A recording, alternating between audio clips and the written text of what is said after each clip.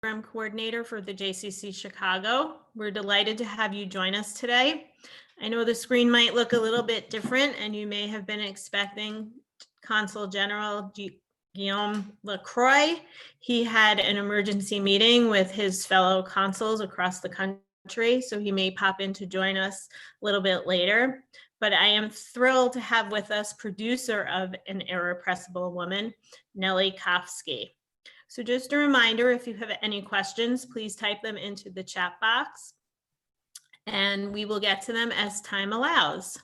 Nellie, it's a delight to have you with us today. I'm thrilled to have you join us.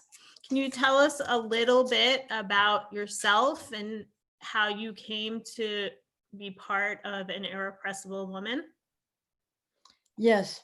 Hello to everybody. I'm very glad to speak with you. Please, I apologize for my bad English. So I hope you can understand everything what I can tell you. I am a French producer, and I produce almost 150 films, TV movies, and also feature films. And if I speak to you tonight, to this afternoon, it's because the director, Laurent Hinman, doesn't speak at all English. So now I always speak with the audience, and it is very pleasant for me.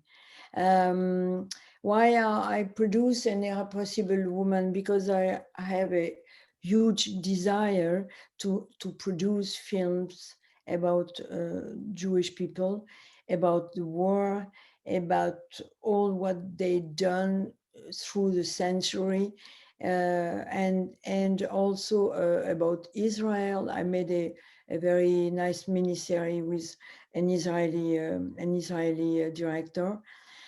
And An Irrepressible Woman is one of my favorite because it is telling a very nice love story, but also we speak about a man, a gentleman who was very, very important in France.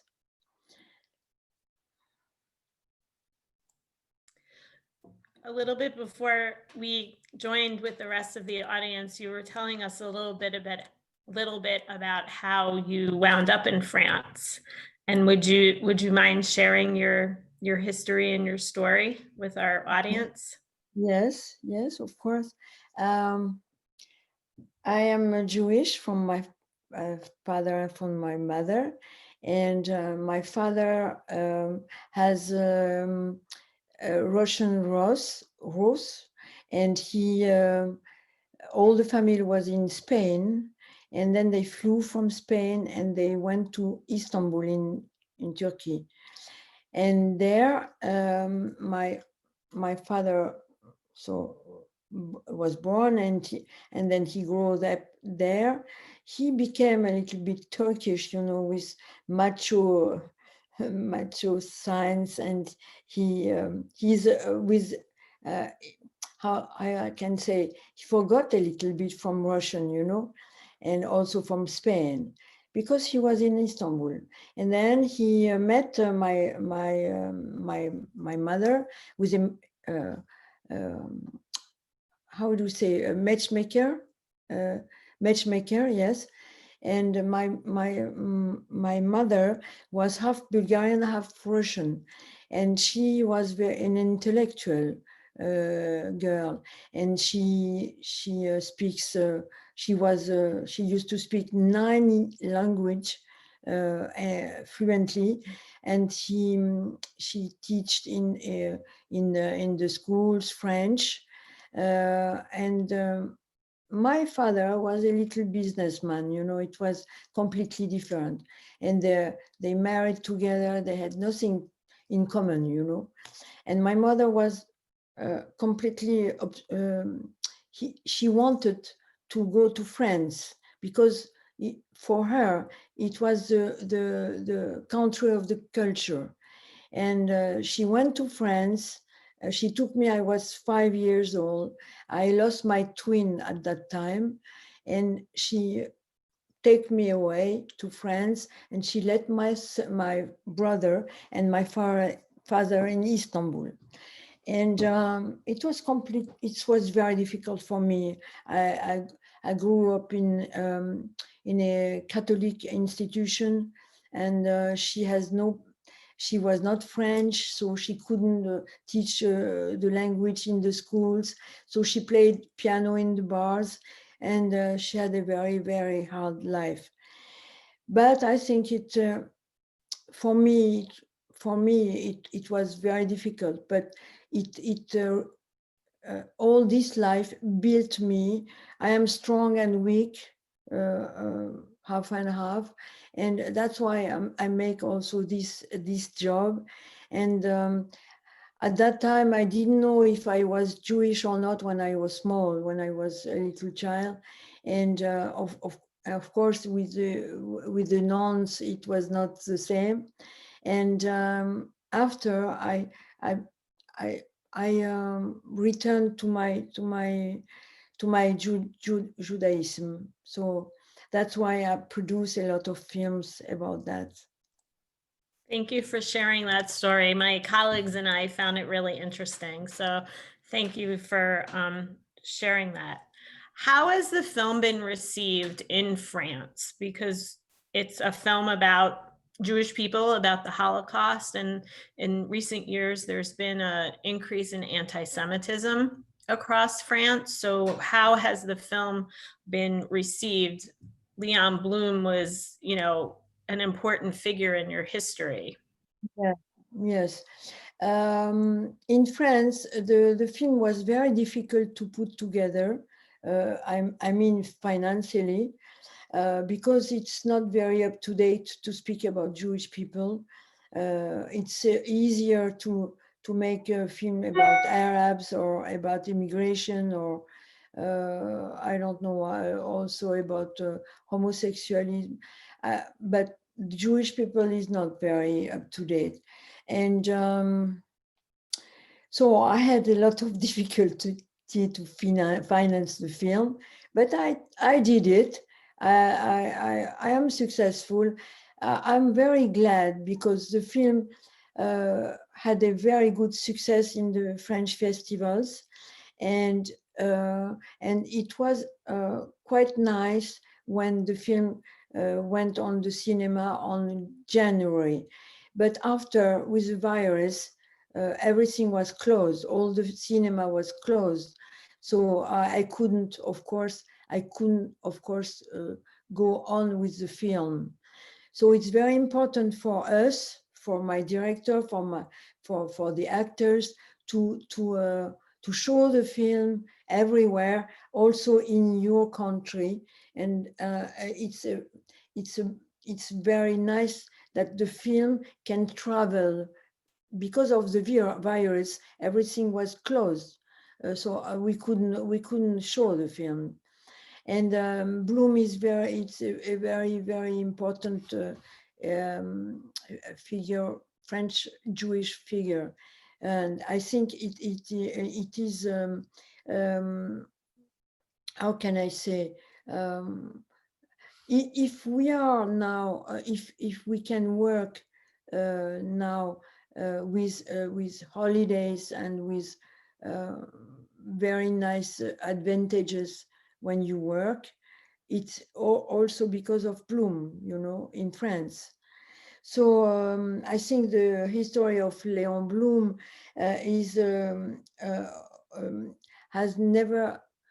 was never discussed in the US college. I don't know if your audience knows him, and it's a very nice thing that you show to your audience this story. And it's very important to study the life of this political Jewish people, men, because if also the French, they don't realize their improved working conditions, 40 hours work week, and paid vacation, and job security. That's Bloom, who put in place by, everything was put in place by him. I hope you understand my bad English. So in our You're film, doing fine. no, sorry, Oh, it's fine. I try to chair the things, but it's not so easy. And to make a film, to produce a film about this Jewish political man is so important. It was never done. It was only one film in French TV a lot of time, but it was not so successful. It was not so good, and I am glad to have to be successful with that. So we have a couple of questions coming from the audience. Yes. Karen wanted a little bit more background on the history of Bloom and his importance to France. So you said he got a 40-hour work week. He paid vacation. What Yes. other kinds of things? And job security. He tried also he was the first political man to put women in his government, and he was the first. And he tried to give to the woman the vote, the right of vote, but the council didn't want it. It was rejected, and it was very bad for him. He didn't like that. He fight a lot for that, and he was how do you say, he was a laik, you know. He was Jewish but laik. He didn't practice the religion, you know. I think he's very modern, en fait, very modern.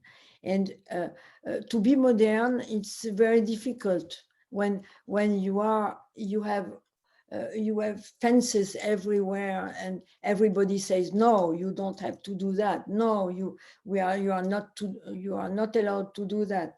And we need also to come to the source, because our century, the last century, was very bad, was very the worst of the humanity in Europe. I mean, all the 6 million Jewish killed, and so. And he was also deported. He was in Buchenwald, you know, and because he was Jewish, and because of his particular ideas on the society, on the evolution of us, of wives, and he paid everything, you know, all his modern idea. Paved the way for lots of things that are still important in France today, it sounds like.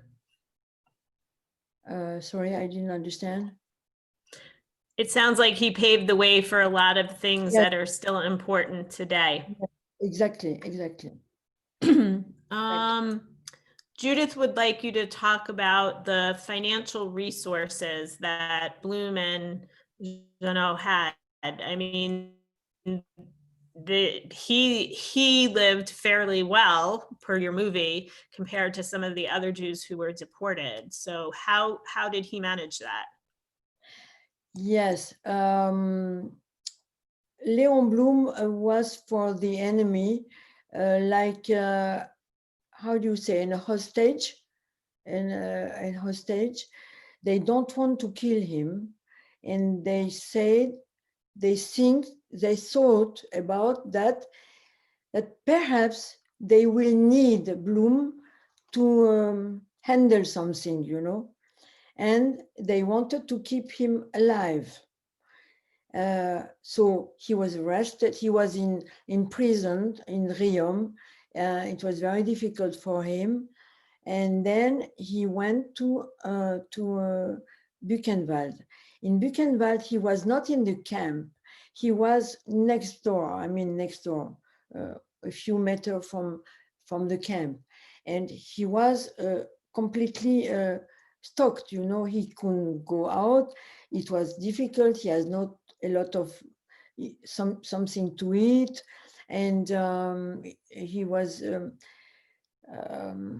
long time there. So I think the enemy was very clever to keep him alive. But if they didn't want him anymore, and they thought that he is not useful, they could shoot him, you know, like Mandel. The And, relationship, the relationship between Leon and Jeannot is Jeannot. hard. Yeah, it's hard to comprehend how someone would give up their entire life to go and try to be with a man who's being held hostage basically by the Nazis. What? You know, she fall in love with Bloom when she was 16 years old, and she had two previous marriage, and you can notice in the film her remarkable bravery in following Bloom and fighting for his life, because she never forgot Bloom since she is 16 years old. She had to marry because in those families, it was not nice that the lady stayed alone, and she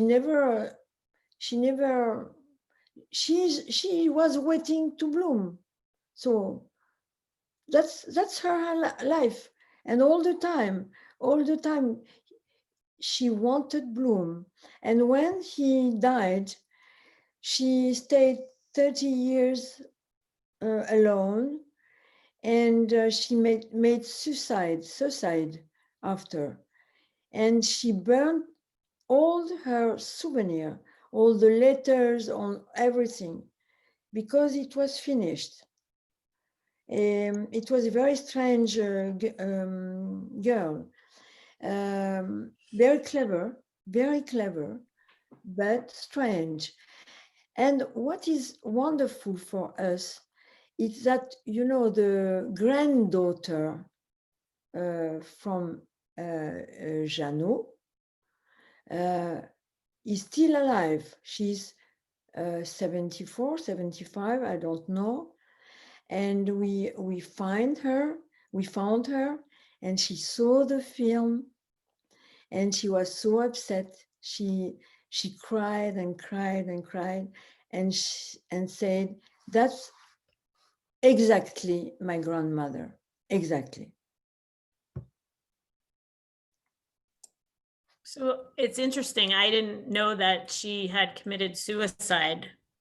Was it long after Bloom died? Yes, because she rose up the child of her son, who died during the war, as you saw in the film. So this Dominique Torres, this girl, she went for the promotion with us everywhere because she loves so much the film. It must have been sort of strange for her to see her grandmother on the screen, and she probably heard the stories. I imagine she heard the stories, but it was probably a little bit strange for her to see the play out of going from 16 to visiting this man in a hostage situation, basically. Yes, it was very, very interesting to see her. And she told a lot of things about that. And they lived in the same house, of course, because they kept the house in Jouy-en-Josas. And it was also with the girl, the daughter from Bloom. She stayed also in this house. But Jeannot and the daughter of Bloom, they hated together. They didn't like Mm. them at all, at all. In the film, we didn't exactly say that, because in the film we see that they make friends, but it was not so exact. Yes. They never got married though, did they? Did they get married? Yeah, no, they Bloom and Jeannot married in Buchenwald, but it was not a right wedding, you know, by Not legal.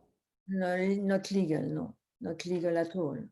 In Buchenwald, we made research, and we found that it has been six wedding in Buchanan in the camp. 6. Susan is asking if any of the Bloom grandchildren are alive. He only had one son, but did you have any input from his side of the family? You speak from Bloom. Mhm. And Jeannot didn't have child together, but Bloom had a girl. Oh. You see in the film, Yes. and they have grandchildren. They have grandchildren, and we met one of the grandchild. The other is died, but this one was also very, very, very, very glad from the film. You mentioned earlier that making Jewish films is not such an easy thing in France. Wow. And how does the Jewish community currently fare in France? Because again, there has been an uptick in anti-Semitism, specifically in France. Do you ever feel unsafe? Yes, sometimes yes. You know, those days they didn't say that at the radio, at the television, but in the kosher supermarkets, they had a lot of problems.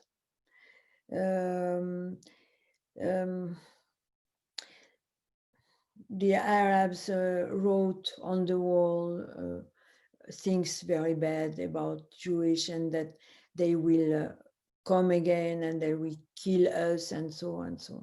So we have a very bad time at that moment again.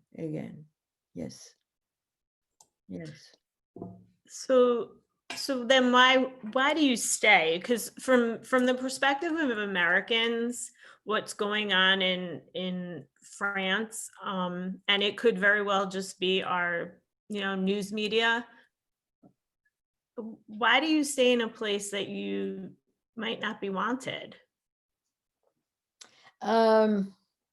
Because my mother chose France, and she fight a lot. She had a lot of fights to stand to be safe in France, and to work, and to raise me in France, and to give me all the culture, French culture.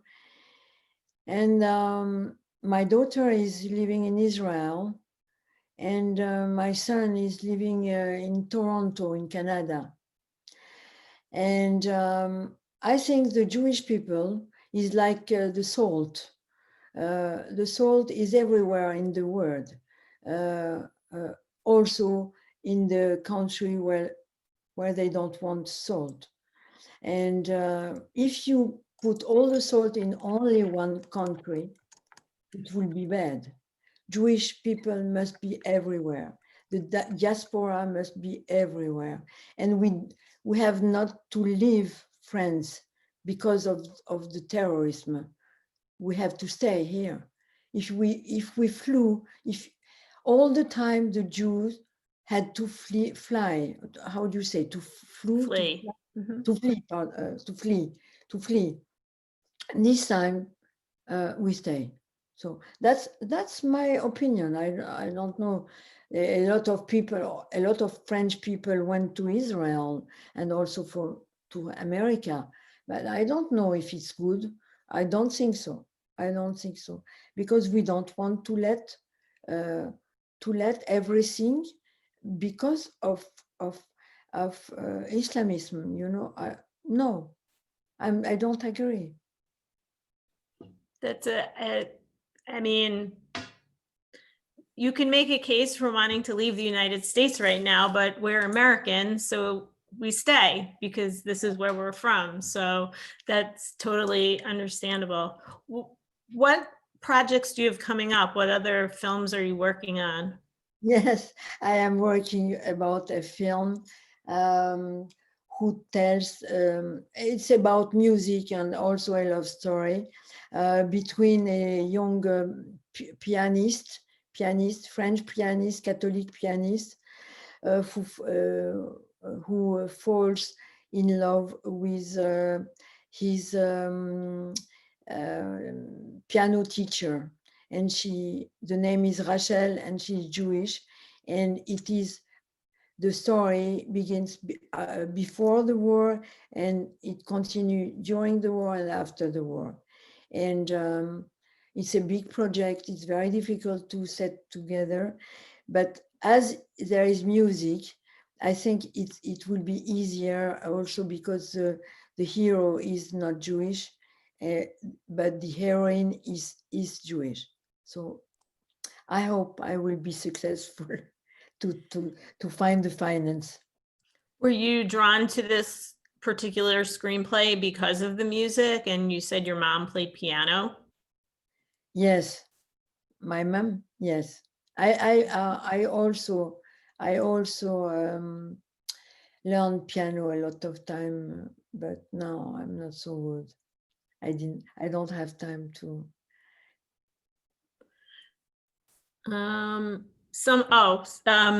Lawrence is asking us, this new film that you're working on, is it a true story? It's mixed with two stories. So it's also the imagination from the director and the writer, and it's mixed.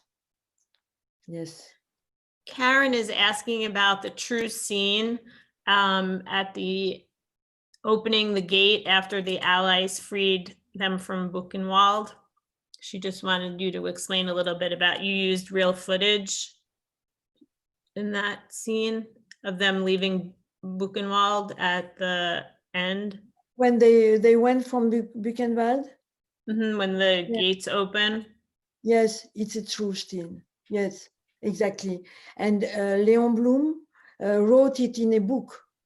And this film is inspired by a French book from Dominique Messica, who is an historian, and who she knows very well all the Blum family. And I bought this book, and then we made the screenplay. Not the screenplay. How do you say in it? Oh, yes, the scenario. Yeah, the screenplay. Screenplay. Oh, you got it. You did great. You did great. It's not easy. No, it's not easy. Sorry. No, you're doing great. So did Leon Blum not realize really what was going on in the camp proper of Buchenwald? Because he was kind of separated in this other area. And he wrote it also because it was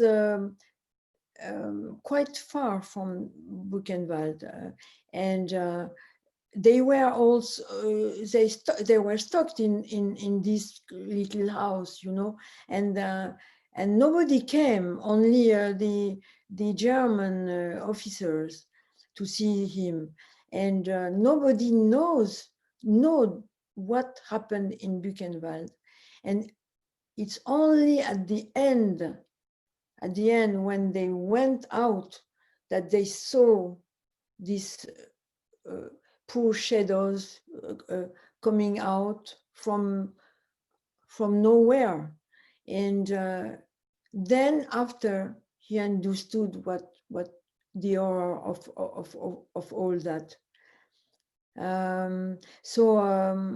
It's difficult to understand that, but because he was a political man, but when he went to Buchenwald, nobody in France knew about what happened in Germany and everywhere.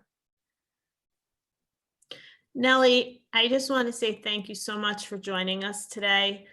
This is fascinating. I told you earlier, I've been to Italy this morning, and now I went to France this afternoon. So it's our pleasure to have shared this film. It's an important film to share. Not a lot of people know the story, so I'm glad that we had the opportunity to share it with our community. We're looking forward to seeing your next film come out, and we wish you well.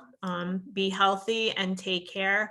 Everyone, thank you for joining us today. Please visit our website, jccchicago.org. We've got a couple more weeks of film left, more filmmakers, authors, subject experts to talk to. So again, thank you to everyone. Take care and be well. Thank you very much. I was very, very glad to speak to you, to your audience. Thank and you. Thank you for inviting me. Of course, our pleasure.